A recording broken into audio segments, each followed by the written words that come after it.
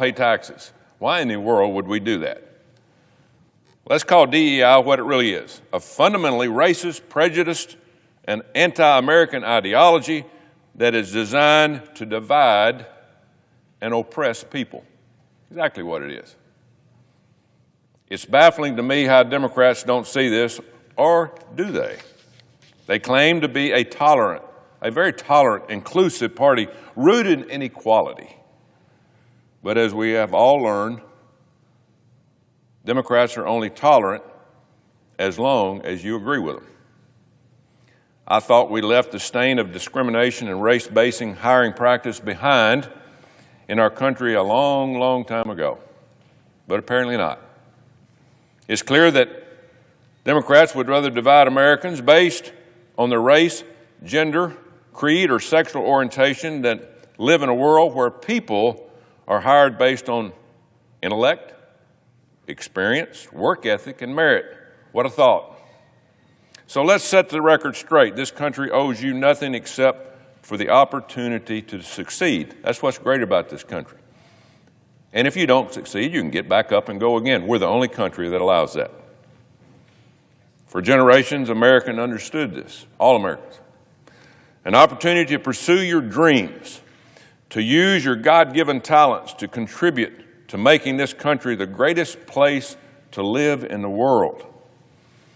I've always said this: if you were born in the United States of America, you hit the lottery, 100%. And I guarantee you, the other 7 billion people in this world would give anything to take the place of any of us, from the poorest to the richest. My new granddaughter of just 2 weeks, Rosie Grace, if there's any one thing I can teach her as a grandfather, it's the value of hard work and determination. There's nothing that takes the place of that. Nothing. With a strong work ethic and a commitment to excellence, opportunities will open up for her or anybody to live a happy, successful life, and that's all a grandfather like me now can ask for. Hard work and determination. So what kind of message is it that if we're teaching our young people that they are victims of their circumstances, and the American dream is only for people who have a certain skin color? That's the opposite of the American dream. But Democrats don't care one bit about that. Not one bit. I've listened to it for 4 years. Obama started a horrible trend that Democrats carry on to this day. He used racism to divide the Americans and politically enrich themselves. Look at the money they've made. The woke mind virus has taken hold of them. They've lost their ever-loving mind. They'd rather promise racism and promote it, sexism, divisiveness, than support solutions that empower, unify, or uplift our country and our people. Democrats are obsessed with hating this country and tearing it apart. They want a different United States of America. Doesn't matter if it is anything that's pro-American or pro-traditional values. It doesn't matter. Democrats will attack it, demonize it, and demonize us for supporting it. These people have zero respect for human life. They have known their true colors in the past. They have shown their true colors in the past few years, ever since Roe Wade was overturned, which sent abortion back to the states where it could be voted on by the people instead of politicians. They have raised Cain. Since then, Democrat politicians have said the quiet part out loud, admitting that they think there should be no limits to abortion. How can you believe that? That means that they're okay with aborting a baby at 9 months of pregnancy. Former Virginia Governor Ralph Norman, a Democrat, said that he supports post-afterbirth abortions. Are you kidding me? And other Democrats, like Minnesota Governor Tim Walz, remember him? Flash in the pan, signed a law to allow abortions after birth. Signed a law in Minnesota, abortions after birth. What do they do with that? They cut these babies up and sell the body parts. It's never talked about too much, is it? Can you believe that this is who the Democrats picked as their vice presidential candidate? I can believe it. That means that in Minnesota, a doctor can kill a baby after he or she is born right there on the delivery table. It's evil, and it's absolutely sick.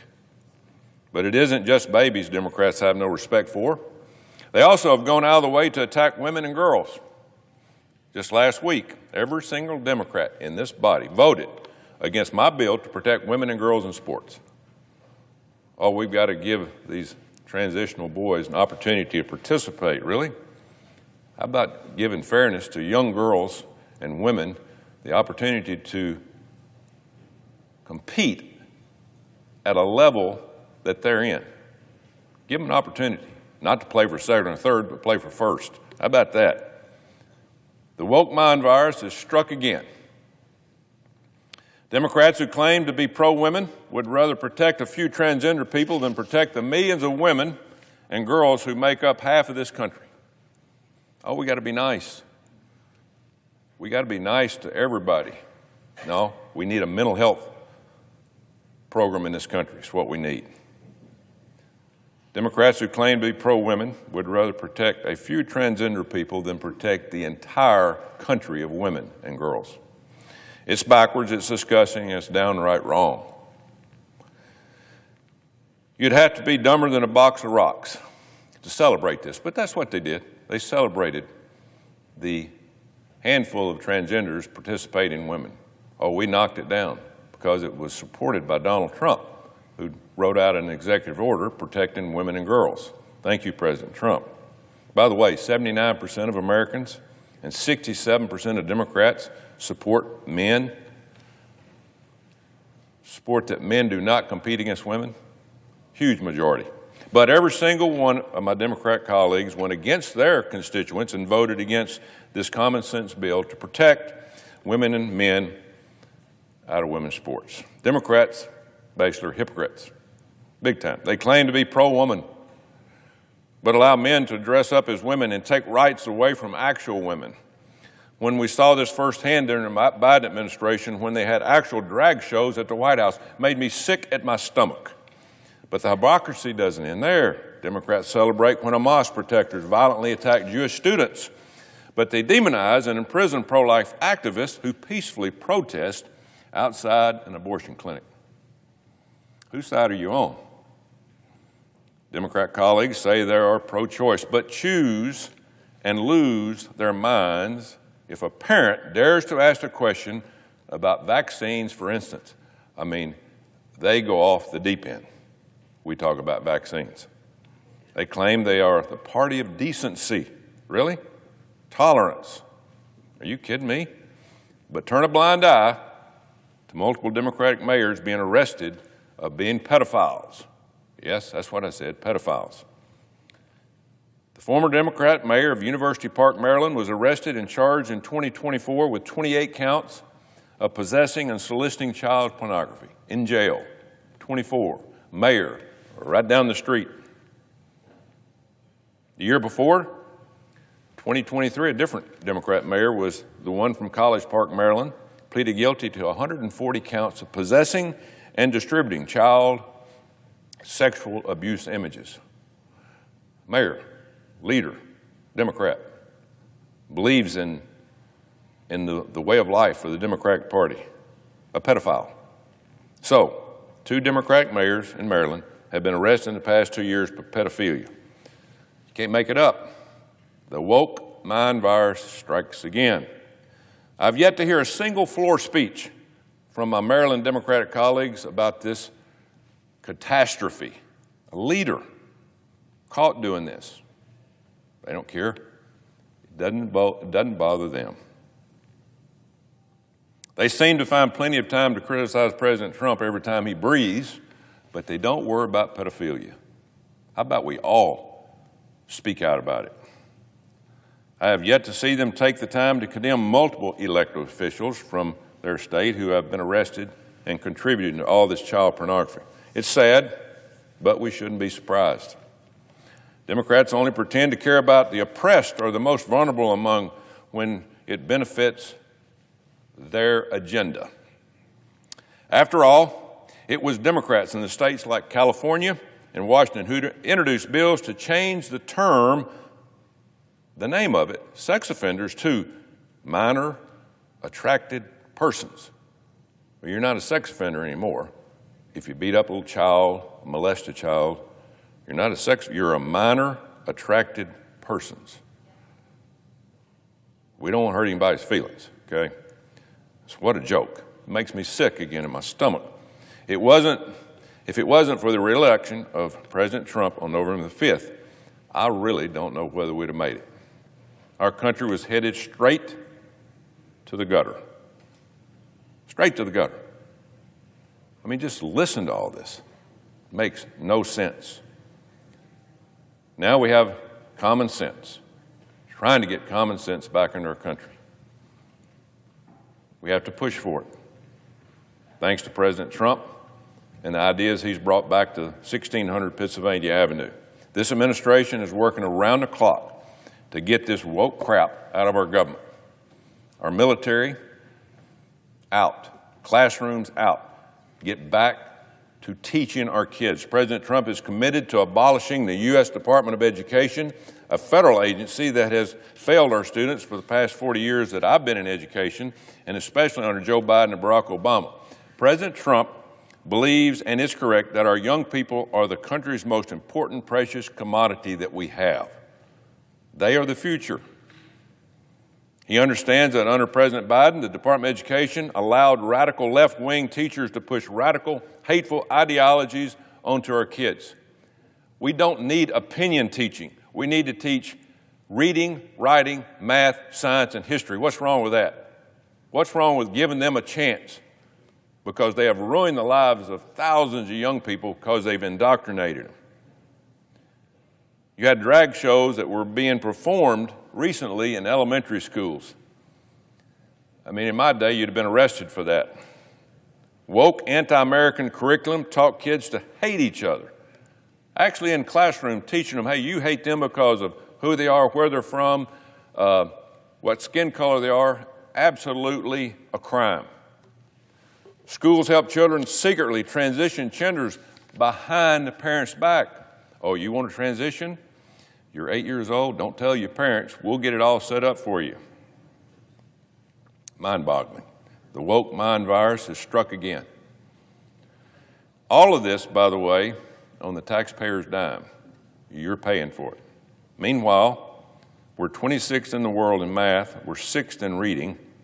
That's simply not good enough for the most powerful are just scraping to try to make a living. But instead of teaching our kids to read and write, the Department of Education under Joe Biden became ground zero for woke indoctrination.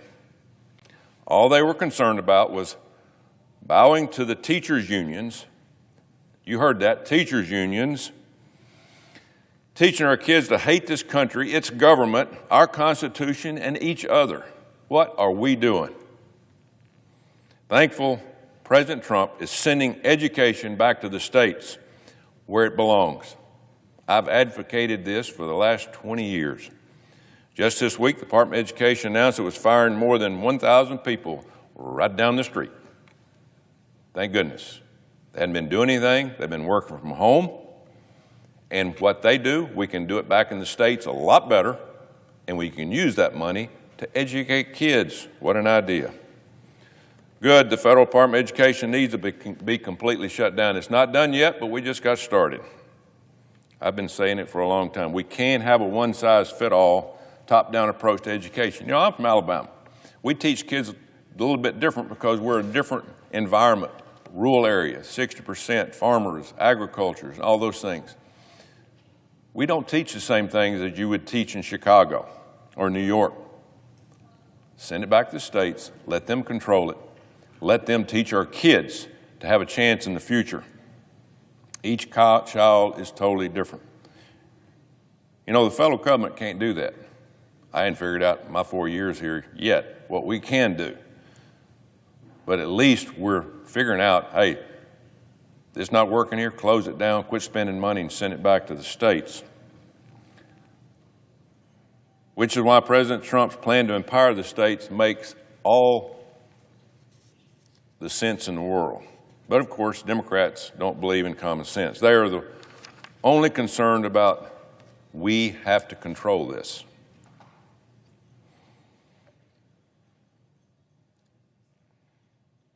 Because they know that if they don't control education, education is the number one thing we have in this country going for us. If you take that away, everything else goes. If they can't control education, they won't be able to infect the minds of all these young kids across the country. They want them to think that the Constitution's bad, that government is really bad, that their parents are bad, that you ought to listen to us. You know, a spoonful of common sense goes a long way. So let me sum this up for you. Merit-based hiring is the only way to make a business successful, merit-based. When I coached, I had to win games or I was gone. I didn't care who they were when they played for me. I didn't care whether rich, poor, rural, urban, black, white. It didn't make me a dime of difference. Put the best ones on the field. They were going to earn it. That's how this country should be run. But that's the difference between my Republican side and my colleagues on the left. They want everything given. It ain't going to work, folks. We're not going to have the country we had the opportunity to grow up in if we continue down that path. So merit-based, men are men, women are women. Men cannot get pregnant, by the way. I know they can tell you that all they want, but I learned that very, very young in life. But evidently my Democratic colleagues, schoolers with undeveloped brains to get irreversible sex change procedures makes absolutely no sense. It's evil and sadistic. Teaching kids to hate each other based on what they look like, folks, that's racist. And that's exactly the direction that the Biden administration was going. Children shouldn't be forced to watch drag shows. If you're an adult, you can do what you want in this country, but forcing this woke agenda on kids is downright wrong. Making taxpayers pay for abortions in the military, wrong. It's against the law. But they did it anyway. I fought it for a year. I lost out in the end, but you know what? It was worth the fight. Pedophilia is straight from the pit of hell. And no, these aren't minor attracted persons. These creeps, they're criminals, and they're sick in the head. And I thank God every day for President Trump and the return of common sense in this country. Hope some of my Democrat colleagues will wake up to how the past 4 years of this woke ideology has poisoned our country, and especially our young people. Folks, we got a long way to go, long way to go. Our future is in the hands of our kids. Let's give that future back to our kids.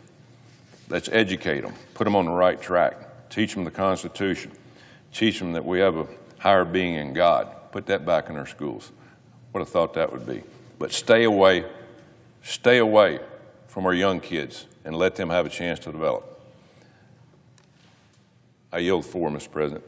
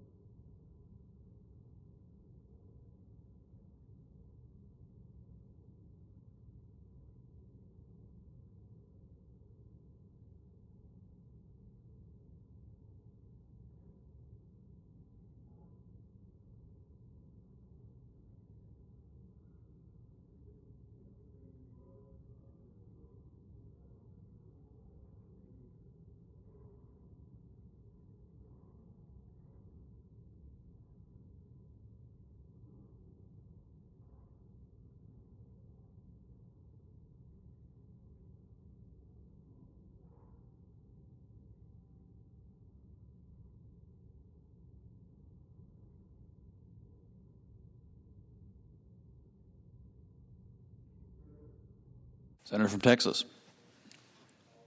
Mr. President, a lot has changed in Washington, D.C. in the last 6 weeks.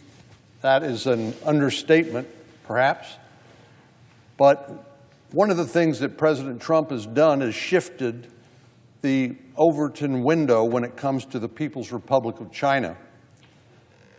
Years ago, when the Clinton administration invited China to join the World Trade Organization, the idea behind that was that somehow Communist China would change with being part of the rules-based international order.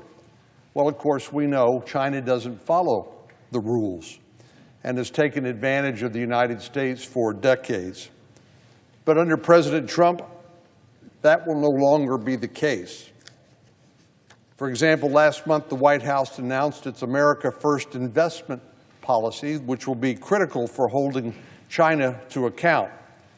One of the avenues that China has exploited to gain the upper economic hand is through both inbound and outbound flows of capital. By investing in U.S. companies, the People's Republic of China and the Chinese Communist Party can obtain access to intellectual property and know-how. And, of course, they have no shame. Again, they don't play by the rules. They are not afraid to cheat or steal our technology, if it's possible. On the other side of the coin, U.S. investments from the United States are flowing into China and have for a long time. In 2020, one estimate was that the market value of U.S. investments in China were valued at more than $1 trillion. Now, the reason why that's important is that China has used that investment to build their economy and their military. It's allowed them to advance technologies that one day might be used against the United States. So I'm very glad that President Trump, by his executive order, has brought this issue from the back burner to the front. It's no secret to any of my colleagues that I've been working on this issue for a while now. I was proud to partner with President Trump during his first administration to update CFIUS, the Committee on Foreign Investment in the United States. This interagency committee reviews foreign investments and real estate transactions to determine whether they pose any security risks for the United States. Through the Foreign Investment Risk Review Modernization Act, or what was known as FIRMA, we strengthened and modernized CFIUS to rise to the occasion of new threats coming from the People's Republic of China. The President's first American investment policy builds on this by directing CFIUS to restrict PRC investments in U.S. tech, agriculture, energy, raw materials, and more. But as Chinese companies get richer and richer from American investment, it's clear restricting inbound investment is not enough. We need to prevent the People's Republic of China from using capital investments by the United States to gain access to and copy our technological advances, and most importantly, in certain critical sectors. As of 2023, the United States and investors were investing close to $2 billion in Chinese critical technology sectors, including semiconductors, quantum computing, and artificial intelligence. A report from the U.S.-China Economic and Security Review Commission noted that, quote, the United States is the most important foreign source of investment to semiconductors, quantum computing, and AI in China. Let me say that again. The United States is the most important foreign source of investment in China to semiconductors, quantum computing, and AI. So it's these investments, which are largely opaque to we as policymakers, that are helping China basically compete with us. And we know, of course, it's not just about economic competition. We know that China has a strategy of military-civil fusion. which means that these investments are not simply benefiting China's economy and consumer tech sector, they are directly helping build China's military strength. It's not too dramatic to say that as I stand here, US dollars are funding the development of technologies that could one day be used against Americans, potentially even to kill Americans or American troops. Inbound and outbound investments are simply two sides of the same coin. We can't be giving away all of our intellectual property and our incredible innovation for Chinese companies to copy at will. And we can't be giving them the capital to recreate our ideas or reverse engineer and then use them against us. How can we expect to outcompete our most significant competitor on the world stage if we're sending billions of dollars directly into their arsenal? President Trump has been a great partner with Congress on ending this exploitive relationship with China. Again, this is not dealing with another country on the basis of good faith and a knowledge that everybody is operating from the same set of rules and norms. China does not. And we've recognized that more recently, but it's important to reemphasize because some people, I think, still naively assume that China operates by the same rules that the United States does. So I'm glad the President is as excited as I am to finish the job that we started with CFIUS reform. Today, I'm proud to announce I'm introducing legislation to finally tackle this issue called the Foreign Investment Guardrails to Help Thwart China Act, or the acronym is FIGHT China. 2 years ago, I sponsored an amendment to the NDAA requiring transparency for these outbound investments. It passed the Senate overwhelmingly with a final bipartisan vote of 91-6. We don't see many votes here in the Senate these days where there's such strong bipartisan support, so I'm grateful for that. Regrettably, even in the face of such overwhelming consensus, this amendment did not make its way into the final version of the bill for reasons I won't dwell on now. But as my colleagues can attest, I'm not one to give up easily, and this issue is simply too important to American national security to take no for an answer. So I've continued to work with great partners in the House and the Senate and the Trump administration to continue to make progress on this and bring us to where we are today. The legislation we're introducing today has been the culmination of years' work, and I believe it's stronger as a result of the input and the collaboration that's occurred. The Fight China Act will establish a program at the Department of Treasury to prohibit U.S. investments in certain sensitive technologies in the PRC. Now, some people may say, well, if you stop all U.S.-based investment in China, that's a big problem. But we're not talking about that. I could care less how many Starbucks or Burger Kings are built in China. It only addresses certain of the most sensitive technologies. These include advanced semiconductors, artificial intelligence, quantum computing, and hypersonics. And of course, all of these have a military application.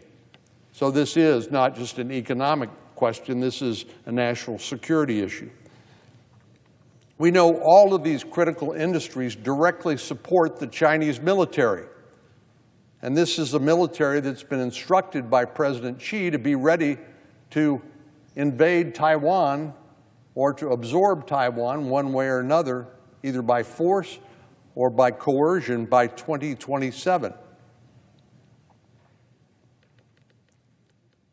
It's simply foolish to continue to send money to fuel these technologies that could be used perhaps in the next few years against the United States and our allies. This legislation would require a notification regime to require more transparency around investments that are not prohibited.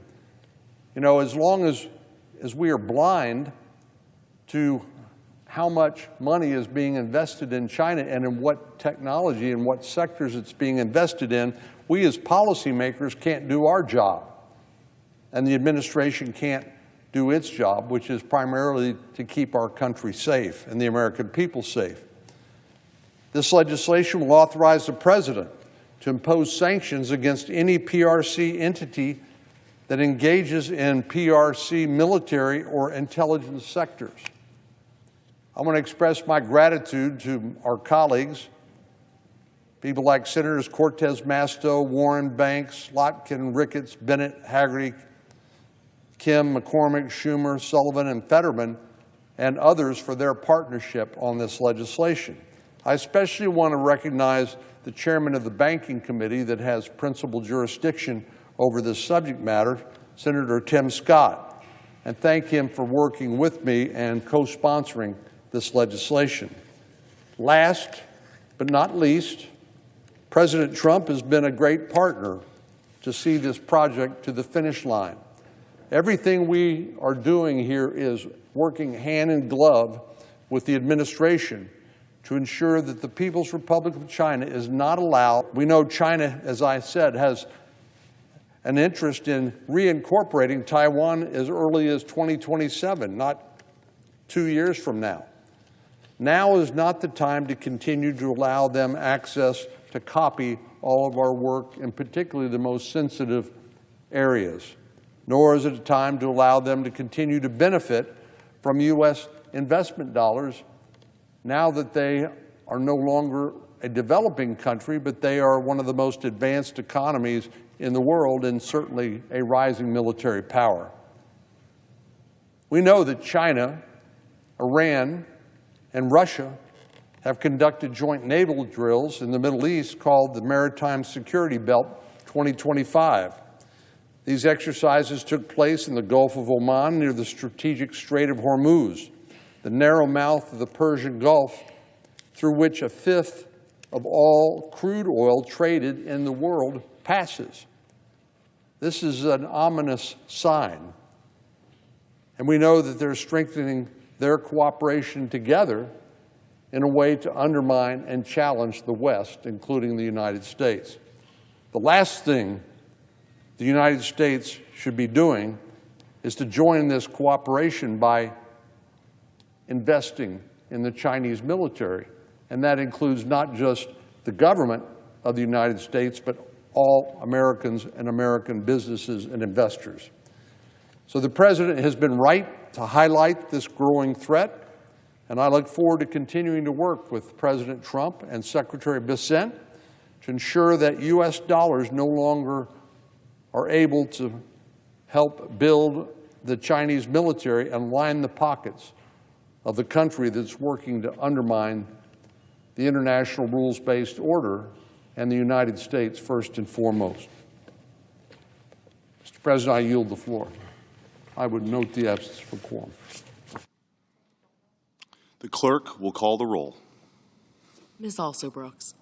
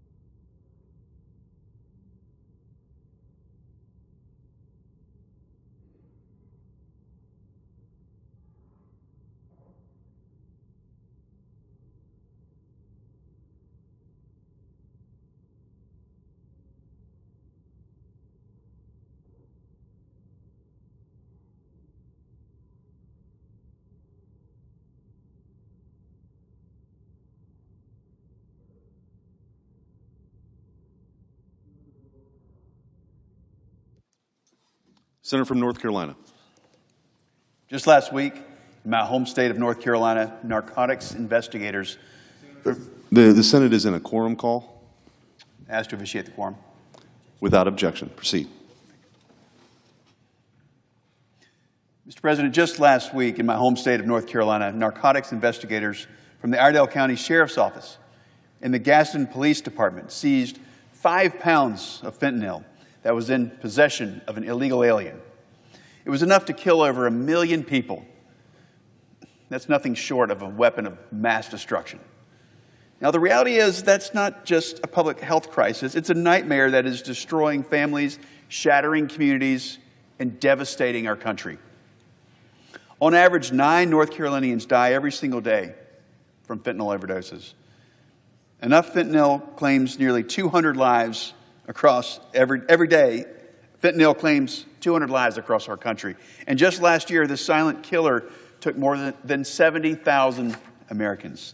Siblings, these are our friends and our neighbors. These are people who should be living full, meaningful lives, but instead have become statistics. So let's put this into perspective. Just 2 milligrams of fentanyl, similar to 7 grains of salt, it's enough to kill a person. Just if it's a sugar packet and you pour it in your morning coffee and it were to be filled with fentanyl, it could take the lives of 500 people. The quantity equal to a sugar packet. Now, if it was a standard 4-pound bag of granulated sugar, the kind that we all have in our pantries, if it were filled with fentanyl, it would wipe out 905,000 individuals. This deadly drug, it's flooding our communities, and it's not by accident. When I talk to law enforcement across all 100 counties in North Carolina, I repeatedly hear the same alarming message. Every single county is a border county.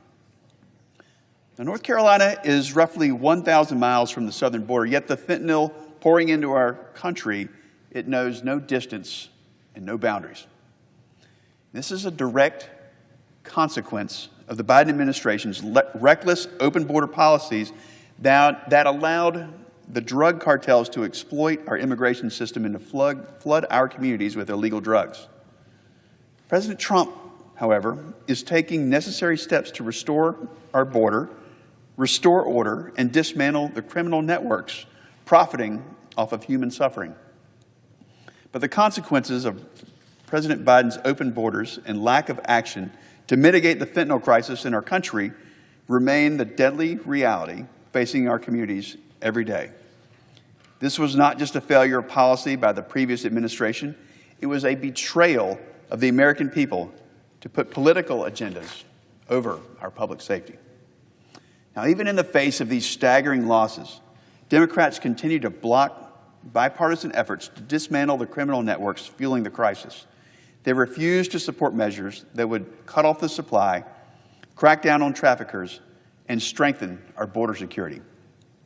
So I ask my colleagues, how many more lives are you willing to sacrifice before standing up and saying enough? We can't afford to turn a blind eye to the sobering reality and traumatic consequences of this crisis. We need to make our streets safer, and we need to do it right now. That's why I proudly stand with my colleague, Senator Cassidy, in supporting the Halt Fentanyl Act. It's common sense, bipartisan legislation that will give law enforcement the tools they need to close loopholes and stop criminals from evading the law by simply doing 2 things. First, permanently classifying fentanyl and related substances under Schedule 1. And second, increasing the sentences for fentanyl traffickers. This bill has already passed the House with strong bipartisan support, and now it's time for the Senate to do the same. So let's secure our streets, let's stop the flow of fentanyl, let's protect the American people, and let's do it before another innocent life is lost. I yield the floor.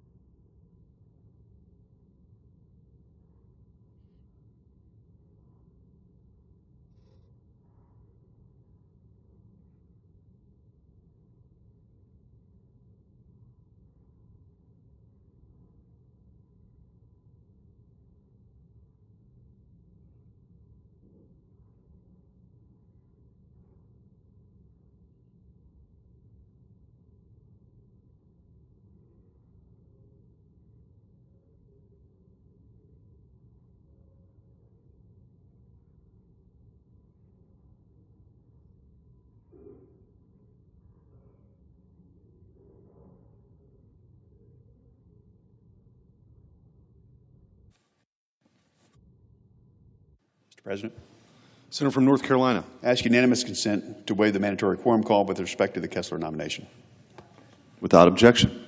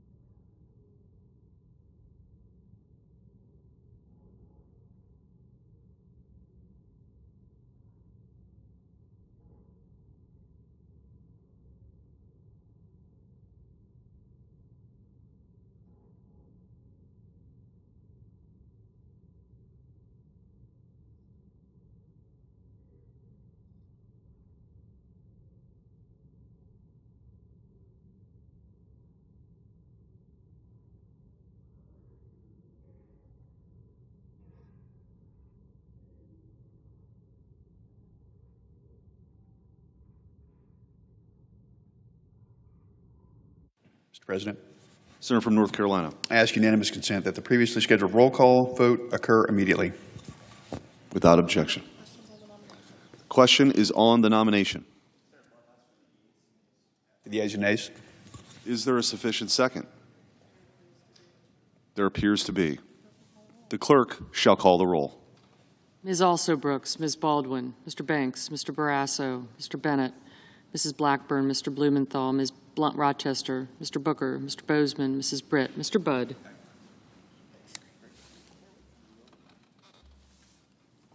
Ms. Cantwell.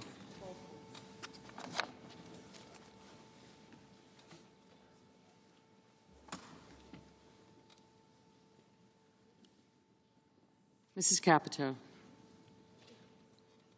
Mr. Cassidy. Ms. Collins. Mr. Coons. Mr. Cornyn. Ms. Cortez Masto. Mr. Cotton. Mr. Kramer. Mr. Crapo. Mr. Cruz. Mr. Curtis. Mr. Daines. Ms. Duckworth. Mr. Durbin. Ms. Ernst. Mr. Fetterman. Mrs. Fisher. Mr. Gallego. Mrs. Gillibrand. Mr. Graham. Mr. Grassley. Mr. Haggerty. Ms. Hassan. Mr. Hawley. Mr. Heinrich. Mr. Hickenlooper. Ms. Hirono. Mr. Hoven. Mr. Husted. Mrs. Hyde-Smith. Mr. Johnson. Mr. Justice. Mr. Kane. Mr. Kelly. Mr. Kennedy. Mr. Kim. Mr. King. Ms. Klobuchar.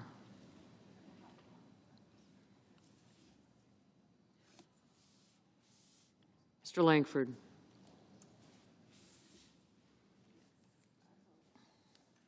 Mr. Lee. Mr. Lujan. Ms. Lummis. Mr. Markey. Mr. Marshall. Mr. McConnell. Mr. McCormick. Mr. Merkley. Mrs. Moody. Mr. Moran. Mr. Marino. Mr. Mullen. Ms. Murkowski. Mr. Murphy. Mrs. Murray. Mr. Ossoff. Mr. Padilla. Mr. Paul. Mr. Peters. Mr. Reed. Mr. Ricketts. Mr. Risch. Ms. Rosen. Mr. Rounds. Mr. Sanders. Mr. Schatz. Mr. Schiff. Mr. Schmidt.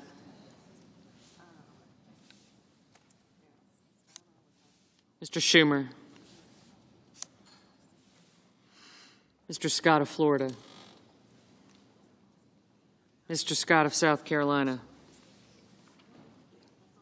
Mrs. Shaheen. Mr. Sheehy. Ms. Slotkin, Ms. Smith, Mr. Sullivan, Mr. Thune, Mr. Tillis, Mr. Tuberville, Mr. Van Hollen, Mr. Warner, Mr. Warnock, Ms. Warren, Mr. Welch, Mr. Whitehouse, Mr. Wicker, Mr. Wyden, Mr. Young,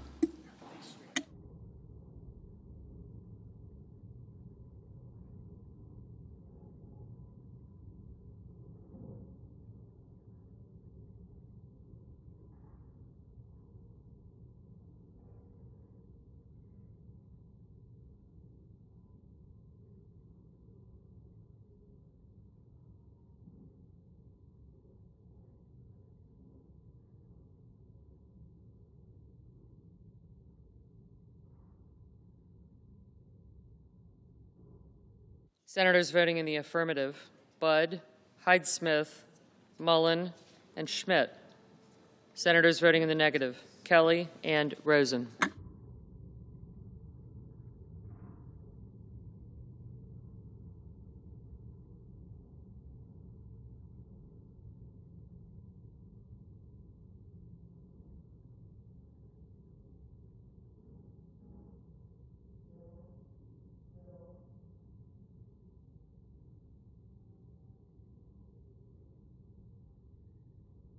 Mrs. Murray, no.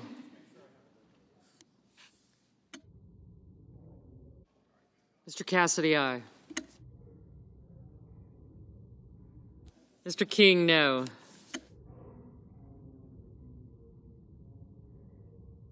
Mr. Schumer, no.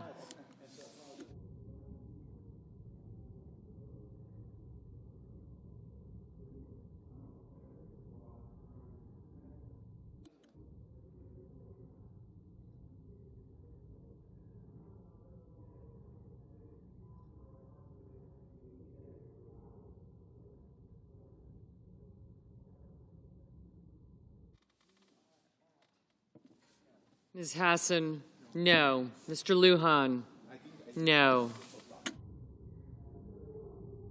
Mr. Bozeman, aye.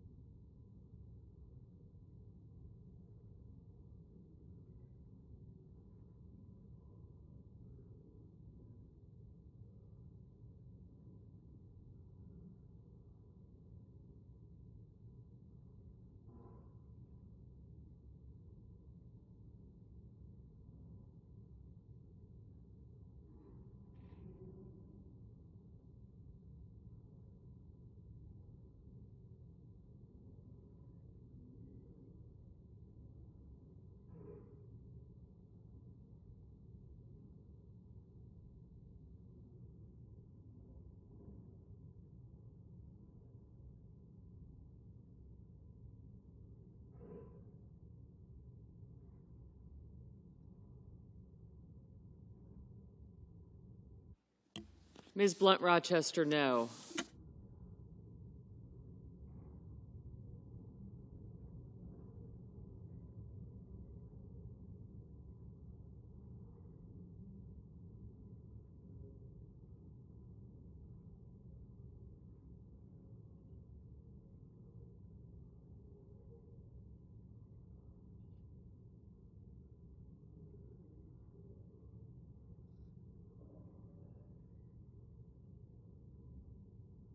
Mr. Tuberville, aye.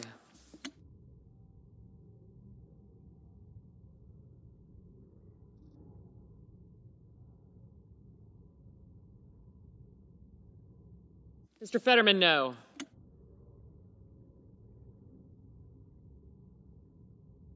Ms. Collins, aye.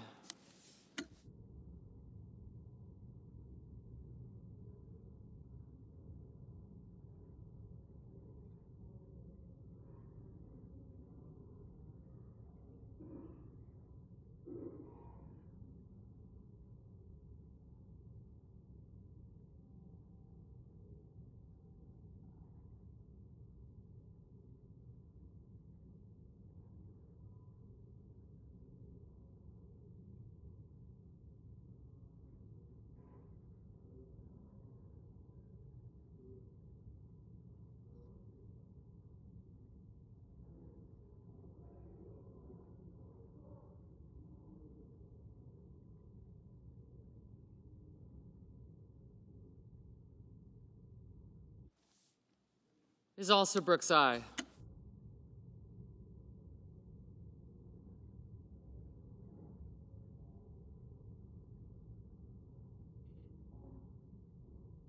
Mr. Ossoff, no.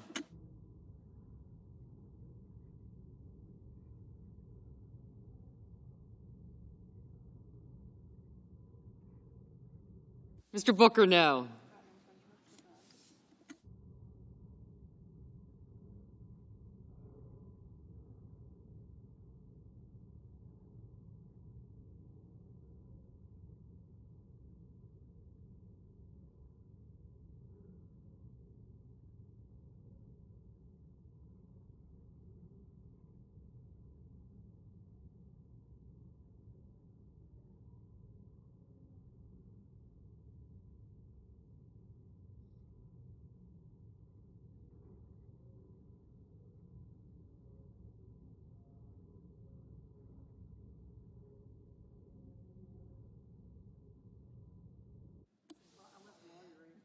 Mrs. Moody, aye. Mr. Cornyn, aye.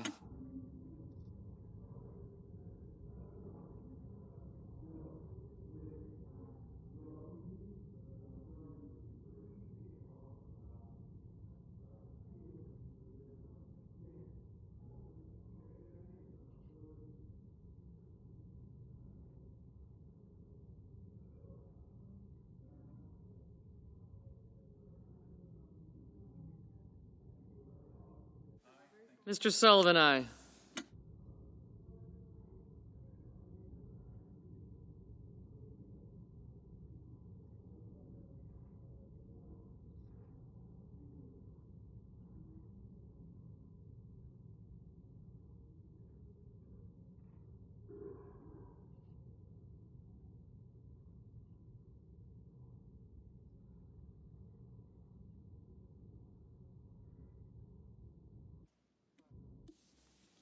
Mr. Peters, no.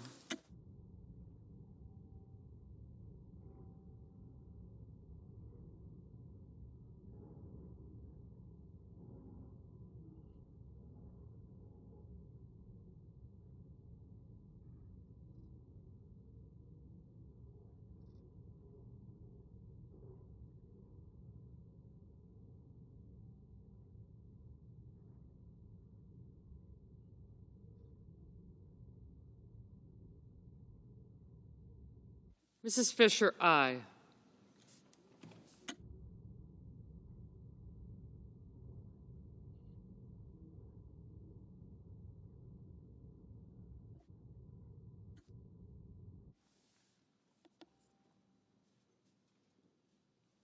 Mr. Durbin, no.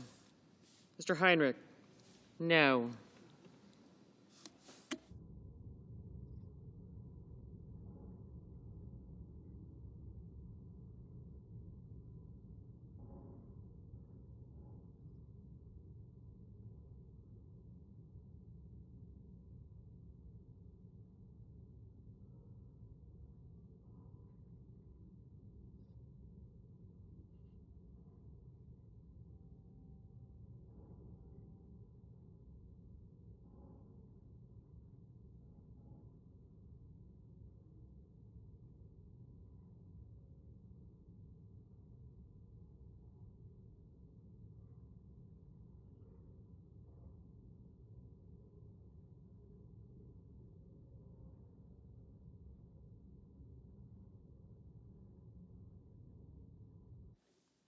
Mr. Lee, aye.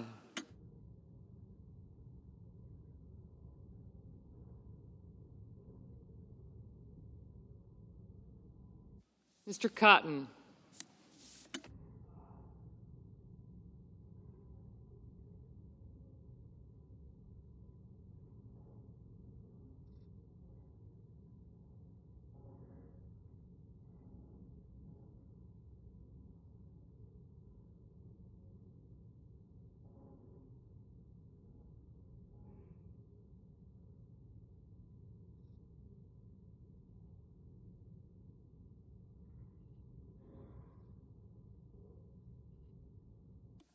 Mr. Sheehy, aye.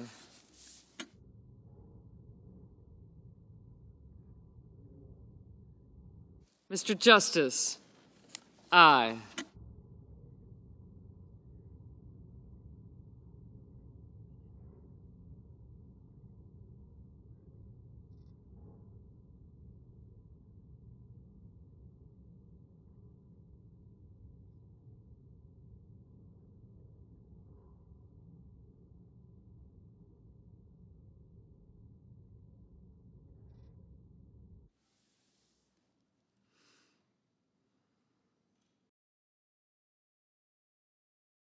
Mr. Reed, no.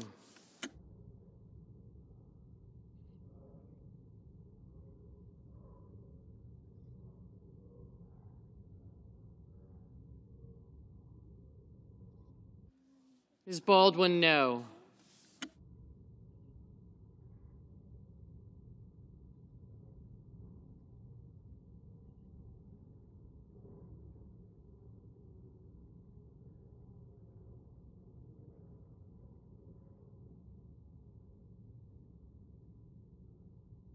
No. Ms. Hirono, no.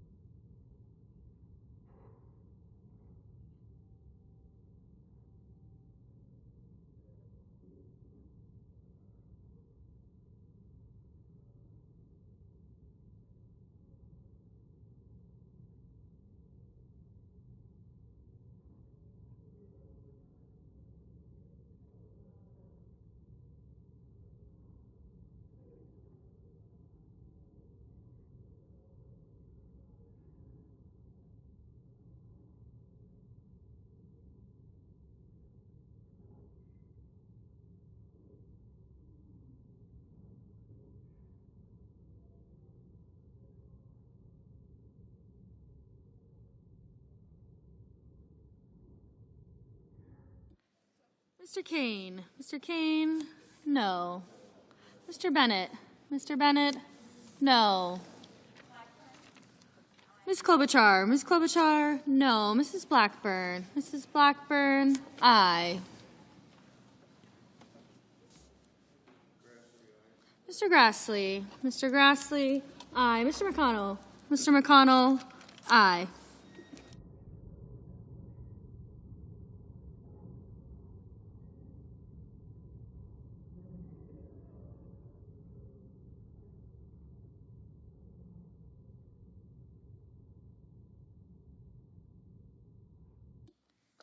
Mr. Markey. Mr. Markey, no.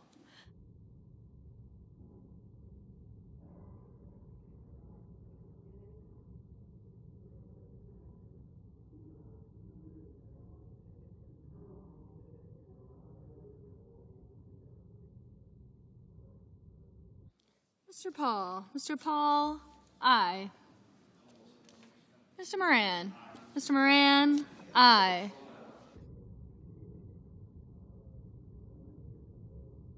Mr. Houston.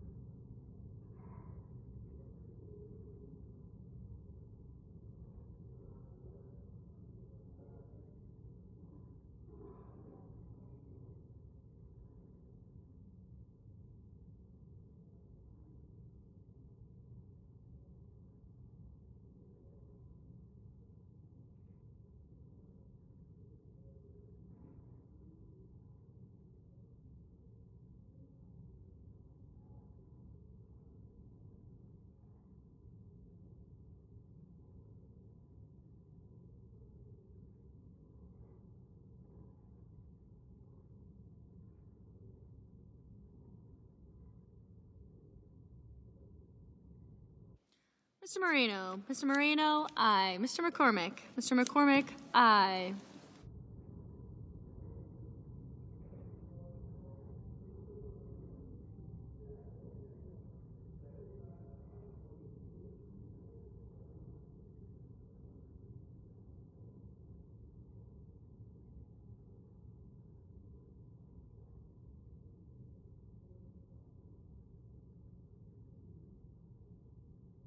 Mr. Marshall. Mr. Marshall, aye. Mr. Tillis. Mr. Tillis, aye. Mr. Ricketts. Mr. Ricketts, aye. Mr. Schatz.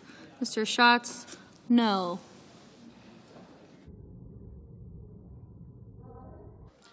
Ms. Lummis. Ms. Lummis, aye. Mr. Wyden. Mr. Wyden, aye. Mrs. Gillibrand. Mr. Wyden. Mr. Wyden, no. Mrs. Gillibrand. Mrs. Gillibrand, no.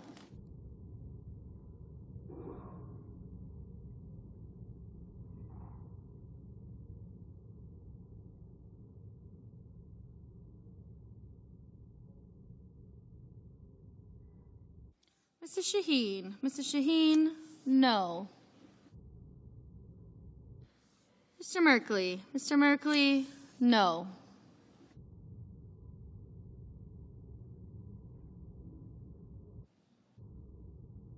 Mr. Thune. Mr. Thune, aye.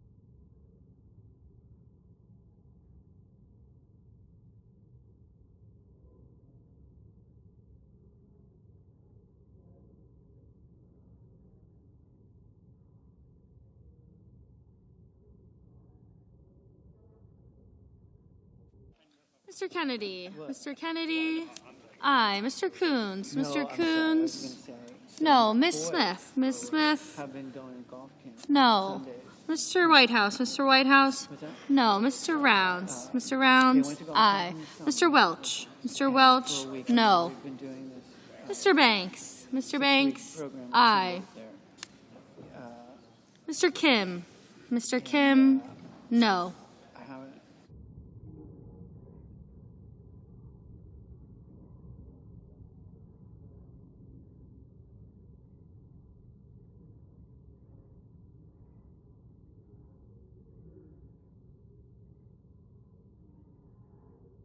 Mr. Wicker. Mr. Wicker, aye. Mrs. Britt. Mrs. Britt, aye.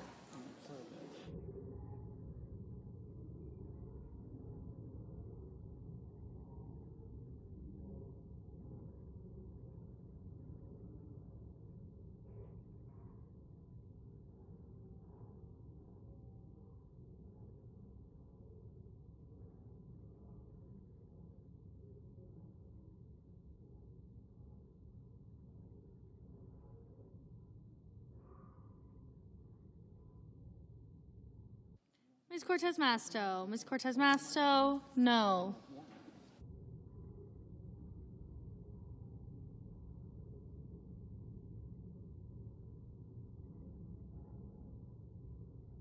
Mr. Crapo. Mr. Crapo, aye.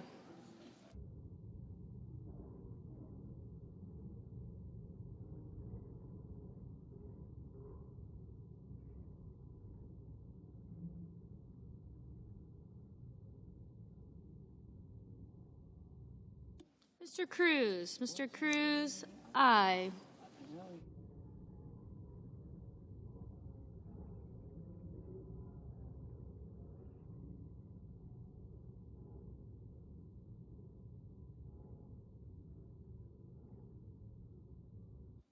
Mr. Hickenlooper. Mr. Hickenlooper, no.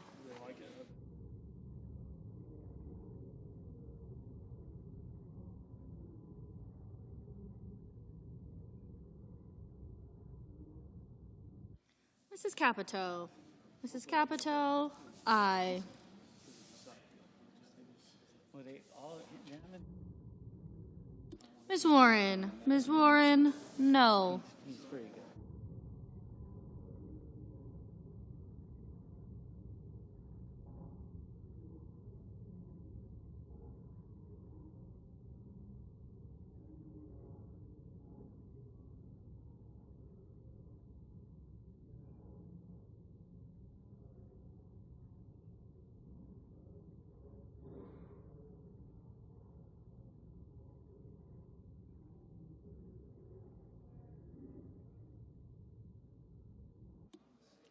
Mr. Schiff.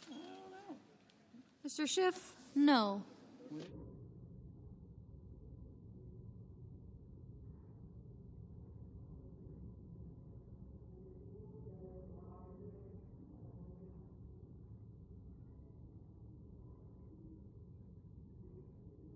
Mr. Padilla. Mr. Padilla, no. Mr. Risch. Mr. Risch, aye.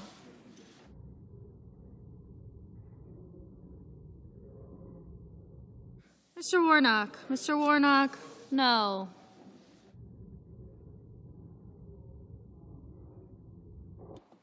Mr. Scott. Mr. Scott of South Carolina, aye.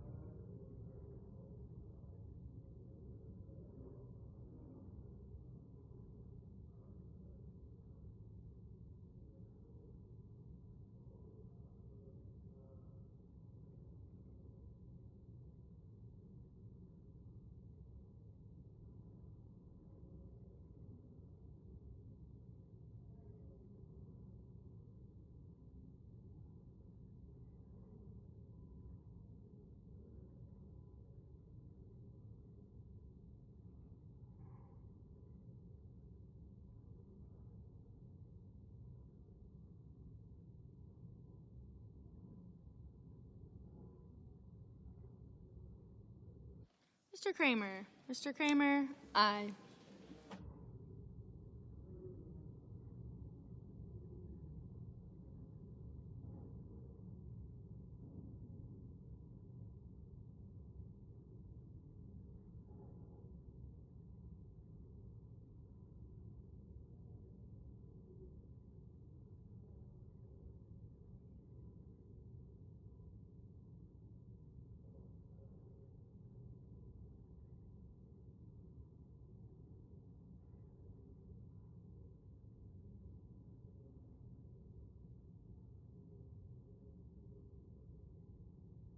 Mr. Murphy.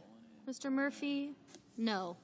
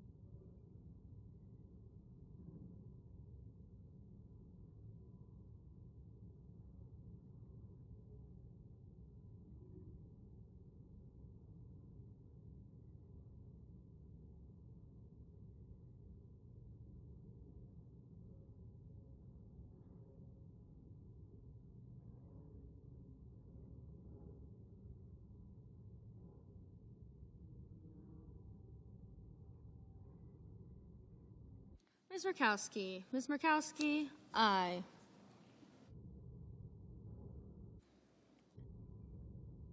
Ms. Slotkin. Ms. Slotkin, aye.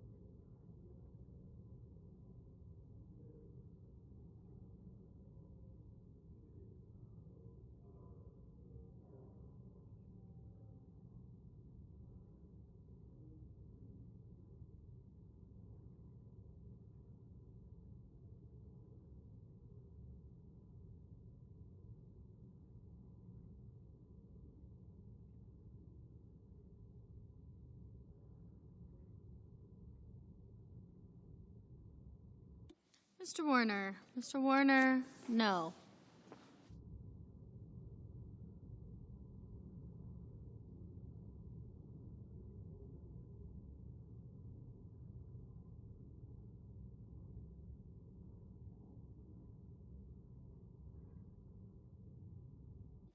Ms. Cantwell. Ms. Cantwell, no.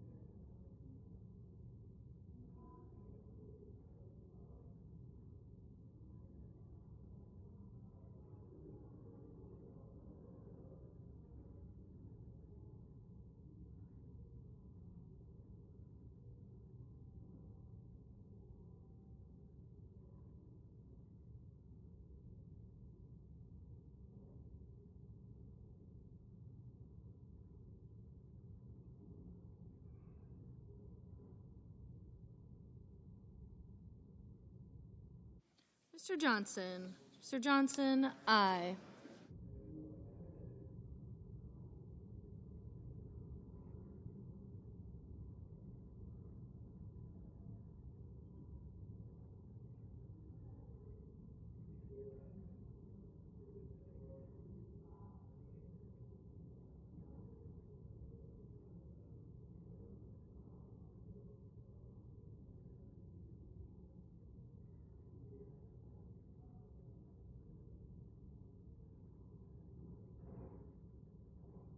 Mr. Haggerty.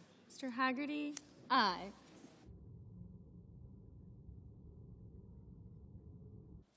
Mr. Graham. Mr. Graham, aye.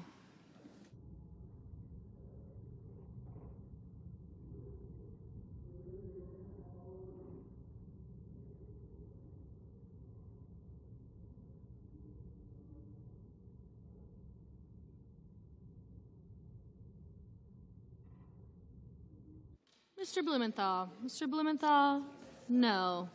Mr. Curtis. Mr. Curtis, aye.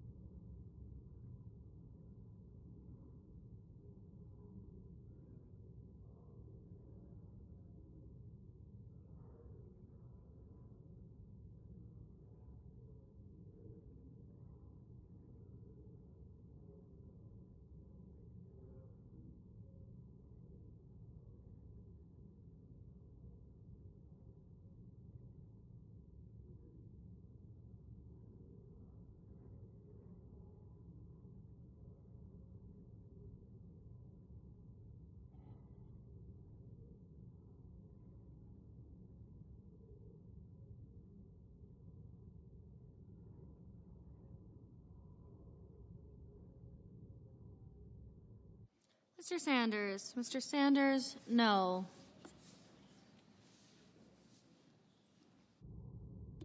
Mr. Barrasso. Mr. Barrasso, aye. Ms. Ernst. Ms. Ernst, aye.